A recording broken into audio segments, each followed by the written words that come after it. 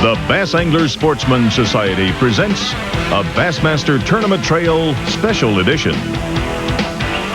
Hello, I'm Don Day, and welcome to another special edition of the Bassmaster Tournament Trail. Guy Eaker is one of the most popular personalities on the BASS circuit.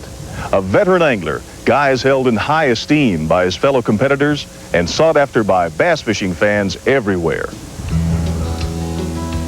Guy wet his first line at age 5 with his father Earl, who taught him to enjoy the sport, but also to respect it. He became known as a fishing expert and started guiding for stripers on Santee Cooper while holding down a supervisor's position with the Carolina Freight Company. Guy always returned to the launch ramp with a boat full of fish, and the demand for his services grew. He started fishing local tournaments in 1969. And Guy's future as a pro began to take shape when he won checks in consecutive North Carolina state championships and won back-to-back state tournaments in 1973 and 74. Stepping up to the big time, Guy began to fish ABF tournaments in 1975 and scored his first national win on Lake Seminole in 1976 and won ABF Angler of the Year in 1977.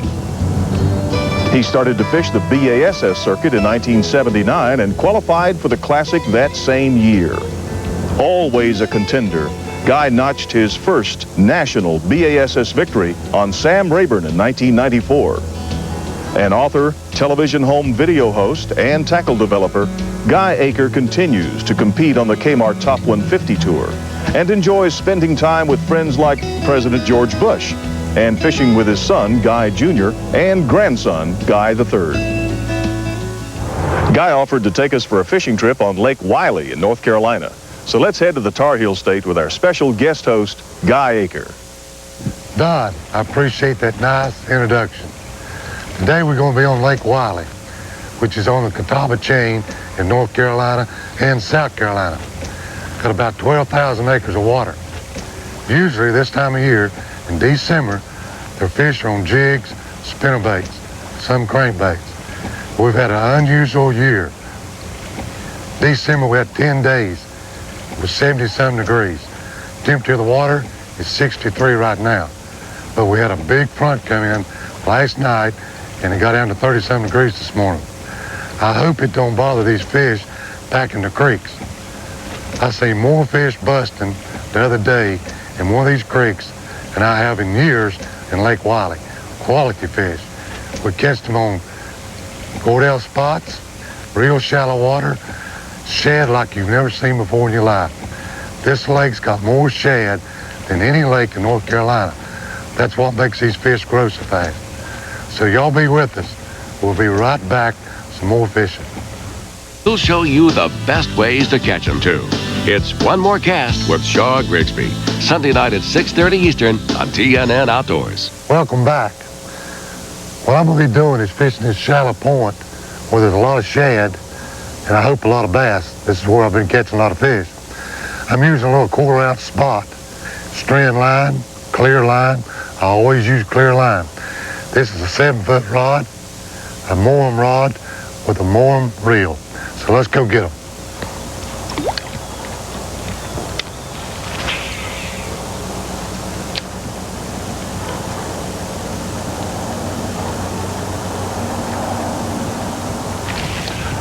I just fooled him.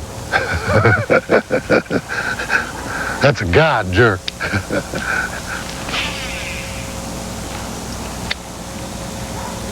These fish have been busting.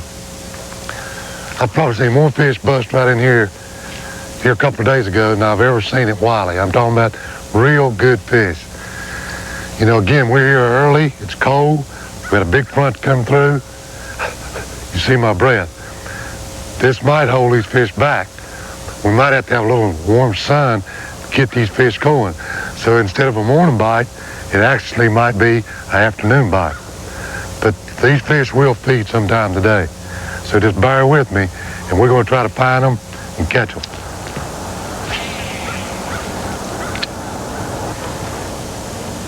It's really hard to keep up with these fish, especially when the front come in like it did last night. Right now, I'm sitting in about 9 foot of water. What these fish will do, they'll stage out here in this 9 foot of water and run up there and feed on those shad. All up in here is 2, 3, 4 foot deep. That's where the bait fish is at. And the reason these bait fish are back here in this creek, again, we was talking about we hadn't had any rain. It's been real hot, new oxygen content in the water. So what it is, all these bait fish are coming back in here where this fresh water's coming out of the creek. Bass are going to go where the bait's at. So these bass has found these bait fish back here and they're gorging up.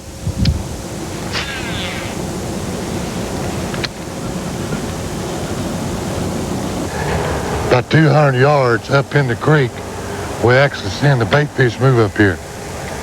I'm hoping the bass has followed them up here. And this is what I'll be doing today. Actually looking for the fish moving in the shad. And once you find them, that's when we're going to catch them.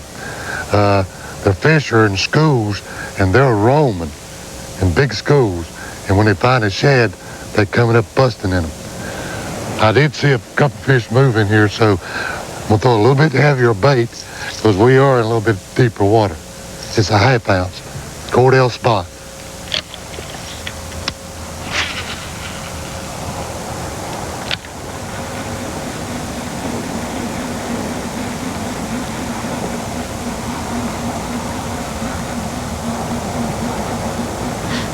This time of year, it's really hard to keep up with these fish, especially when the front come in like it did last night.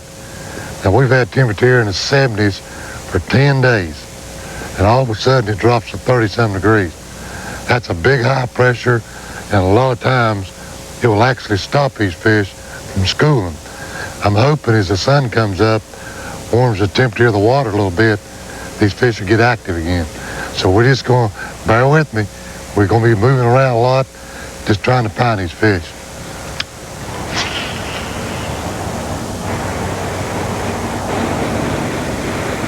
There's one thing about fishing these schooling fish like this. You can go and go and go, not catch them, and find them in 10 or 15 minutes, put you a 15 or 20 pound string in the boat. It don't always work. But this time of year, when these fish are bunched up like this is what I look for.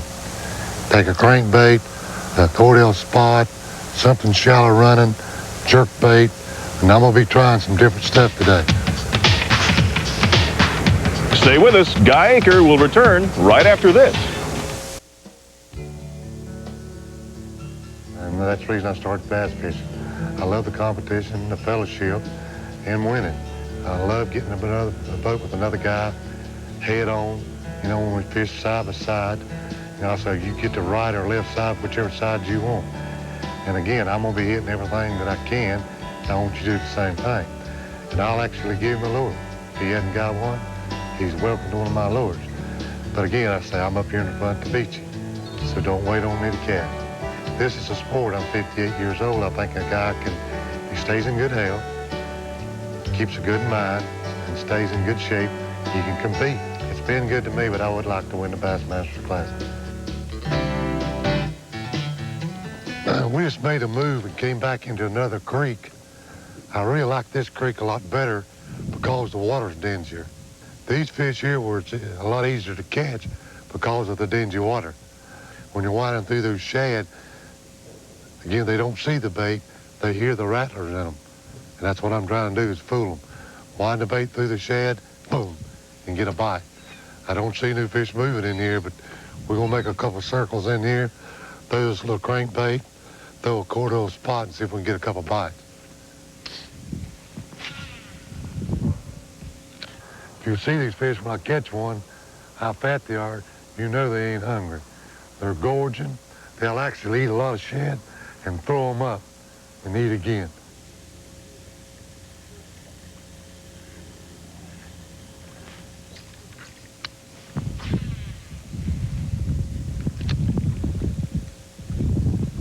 They'll eat little baits in the wintertime. Always remember that, little small baits.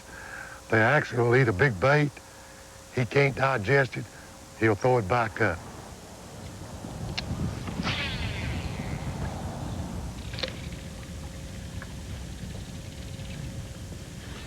There's one.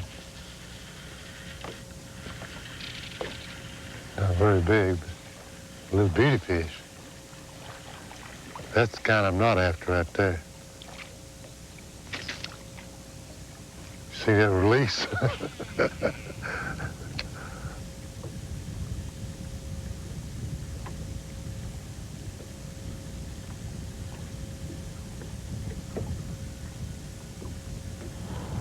I tell a lot of people it's like a big old bear.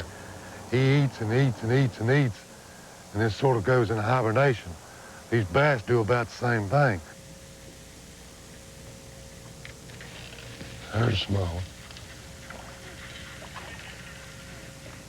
Come right here, you little bass, you.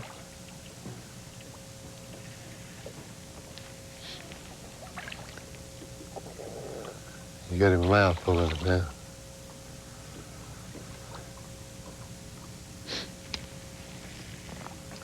Come here, baby. Come here. But you can see these fish they're fat, and they're going to get a lot fatter because they're really gorging up trying to eat all they can before all this real cold weather comes in. That's about 1.25 pound fish, but I'm going to tell you there's some good fish in here, and I'm hoping I'll show you some of them here in a little bit. I can get this one out of his mouth. But it's a Cordell spot fish. That's schooling fish, but I've seen a lot of big fish, 3 6-pound. I caught a 6-pounder in here the other day. So I know there's some fish in here, but I think as the water warms up, these bigger fish will go to busting a little bit more. And right there, this Cordell spot's what we're going to catch them on. I'm going to change around during the day, throw a crankbait, maybe a jerk bait, just to change up. I think a lot of times when you throw a lure like this, it makes a lot of racket. And you keep throwing it and throwing it and throwing it, you'll actually spook those fish. So you need to change and throw something else. Maybe a spinnerbait. I caught 2 the other day in here on a spinnerbait. I like this color of water to fish a spinnerbait in. So we're going to change up to see what we can do. So bear with me. We're going to try to catch them.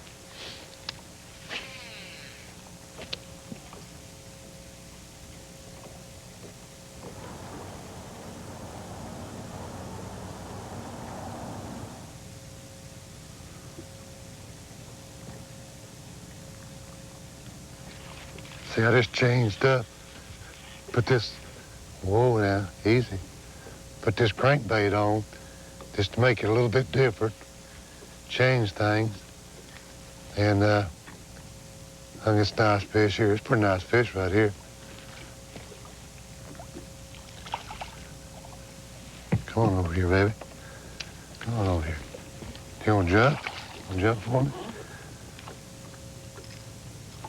That's not no bad fish right there.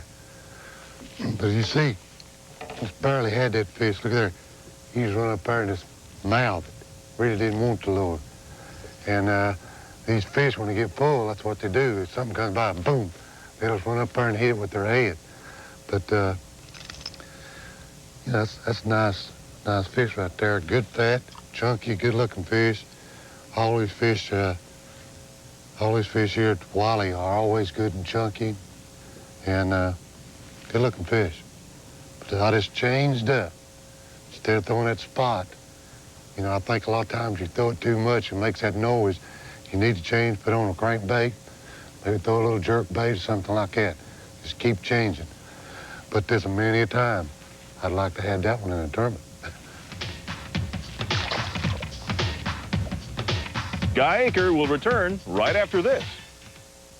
Let's go back to Lake Wiley, North Carolina, and our guest host, Guy Eaker. There's some pretty good fish in here, so I'm gonna throw this half ounce. I've been throwing a little 1/4 ounce, a little crankbait. Why it's just a little bit faster and maybe catch a bigger fish.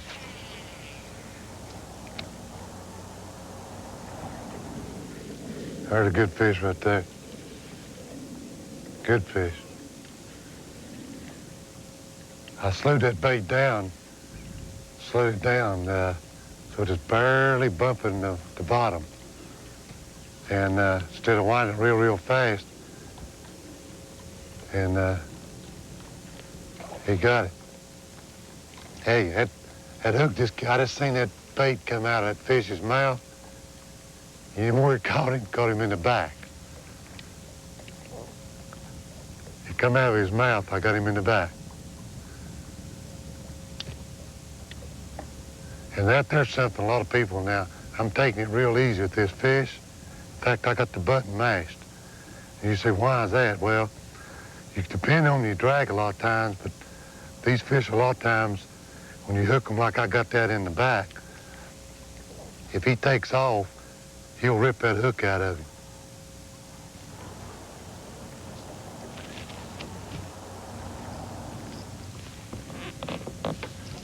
But I had him in the mouth, and the hook came out, come back here and caught him in the back. But I had him pretty good too. That's something to remember. Don't get into, when you're open water like this, don't get into a real big hurry. When you got a drag system on a reel, that's what they put them on there for. And in fact, loosen that spool up with your thumb bar and let him run. Because once he makes a sudden jerk a lot of times, if you hang him in the back here, it'll pull out. But that's a nice fish. Got a little sore right there. That's the first one I've seen with a little sore.